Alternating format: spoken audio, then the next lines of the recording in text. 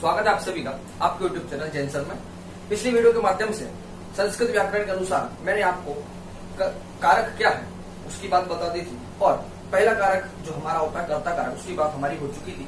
यदि आपने नहीं देखा हो या नहीं समझा हो तो हमारी प्लेलिस्ट में जाकर देख सकते हैं। आज हम इस वीडियो के माध्यम से दूसरे कारक जिसका नाम है कर्म कारक द्वितीय विभक्ति की बात करेंगे। ठीक है, तो कर्म कारक को परिभाषित करते हुए जो संस्कृत में सूत्र बताया जाता है संस्कृत व्याकरण में, वो है कर्तुरी सततम कर्म। ठीक है, तो जब आपसे पूछा जाए पेपर में या परीक्षा में अक्सर क्वेश्चन पूछ लिया जाता है कि कर्म कारक का विधायक सूत्र कौन सा है, तो आपको यही बताना है कर्तुरी सततम कर्म। ये कर्म कारक का कौन सा सूत्र है? विधायक सूत्र। ठीक है, अब दूसरी बात कि द्वितीय विभक्ति जो करता है कर्म कारक के अंतर्गत वो कौन करता है, उस सूत्र की भी बात हम कर लेते हैं। फिर हम दोनों का अर्थ समझकर ये पता लगाएंगे कि द्वितीय विभक्ति और कर्म कारक कैसे होता है। ठीक है, जब द्वितीय विभक्ति का आपसे पूछा जाए कि द्वितीय विभक्ति का विधायक सूत्र कौन सा है, तो आपको बताना है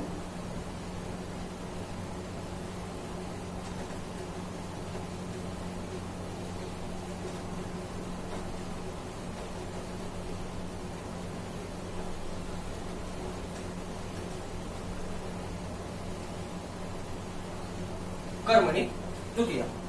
ये हमारा द्वितीय विभक्ति का विधायक सूत्र है।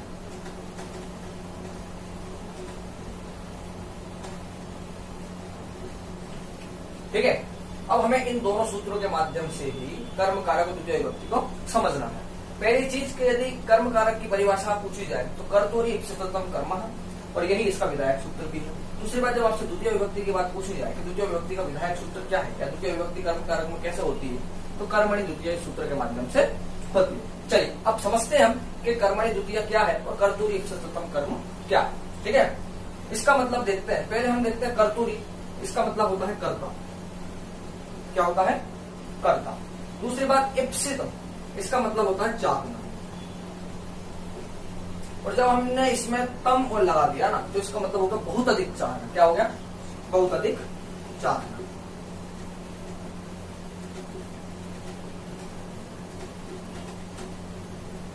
ठीक है, अब इसका अर्थ समझते हैं कि कर्ता जिसको बहुत अधिक चाहता है वही कर्म होता है या उसकी ही कर्म संज्ञा होती है। इसका सीधा सीधा यही अर्थ निकलता है कि कर्ता जिसको सबसे अधिक चाहता है उसकी ही कर्म संज्ञा होती है या वही कर्म कहलाता है। ठीक है, अब बात करते हैं कर्मणि द्वितीय।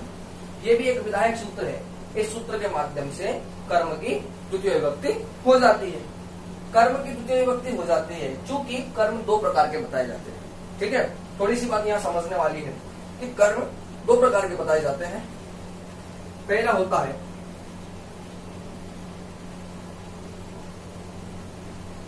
उक्त कर्म और दूसरा होता है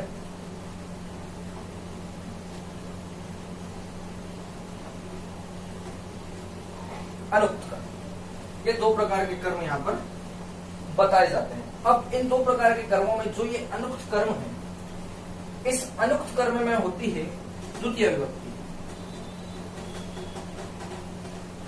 कौन सी विभक्ति? द्वितीय विभक्ति। ठीक है, तो कर्म कारक के अंतर्गत कौन सा कर्म आ गया? अनुक्त कर्म। इसकी द्वितीय विभक्ति होती है। और उक्त कर्म जो है इसकी होती है प्रथमा विभक्ति और इसे प्रथमा विभक्ति में ही लिया जाता है। तो कर्म कारक के अंतर्गत सबसे पहले हमने ये जाना कि बहुत अधिक जानना, इसका मतलब कि कर्ता जिसको सबसे अधिक चाहता है वो हो गया कर्म या उसकी कर्म संज्ञा होती है और वो द्वितीय विभक्ति में होती है। उसके बाद कर्म दो प्रकार के हैं, एक तो उक्त और अनुक्त। अब इन दोनों का प्रसंग यहाँ पर थोड़ा सा आया है तो इसकी थोड़ी सी हम चर्चा करते हैं कि उक्त कर्म क्या है और अनुक्त कर्म क्या है। ठीक है, तो सबसे पहले हम बात करेंगे अनुक्त कर्म की, क्योंकि हमें द्वितीय विभक्ति के अंतर्गत अनुक्त कर्म को ही लेना है। तो सबसे पहले हम बात करते हैं अनुक्त कर्म। ठीक है, अनुक्त कर्म का मतलब है कि अनुक्त कर्म में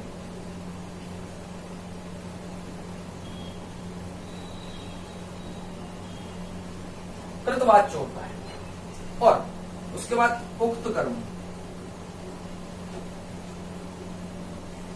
उक्त कर्मों में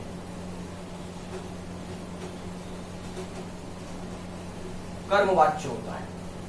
ठीक है। तो अनुक्त कर्म में कृतवाच का मतलब क्या है कि कृतवाच का मतलब यहाँ पर है, जैसे मैंने ले लिया रामः पुस्तकम पठति, ठीक है, रामः पुस्तकम पठति। तो कर्तृवाच्य में क्या है कि जो कर्ता है उसमें होगी प्रथमा विभक्ति। कौन सी विभक्ति? प्रथमा विभक्ति। जो कर्म है उसमें होगी द्वितीय विभक्ति। कौन सी विभक्ति? द्वितीय विभक्ति। और जो कर्ता है उसमें प्रथमा विभक्ति है, तो कर्ता के अनुसार ही जो क्रिया है उसमें भी विभक्ति लगाई जाएगी, ठीक है, या फिर कर्ता के अनुसार ही क्रिया यहाँ पर बताई जाएगी, ठीक है। अब उसके बाद उक्त कर्म मतलब कर्मवाच्य। इसका मतलब क्या है कि उक्त कर्म के अंतर्गत जैसे मैंने लिख दिया बालकेन पुस्तकम पठेति, तो बालकेन में हो गई है तृतीय विभक्ति, पुस्तकम में हो गई प्रथम विभक्ति, और यहाँ पर कर्म के अनुसार ही क्रिया को भी लगाया जाता है, क्रिया को भी लिखा जाता है।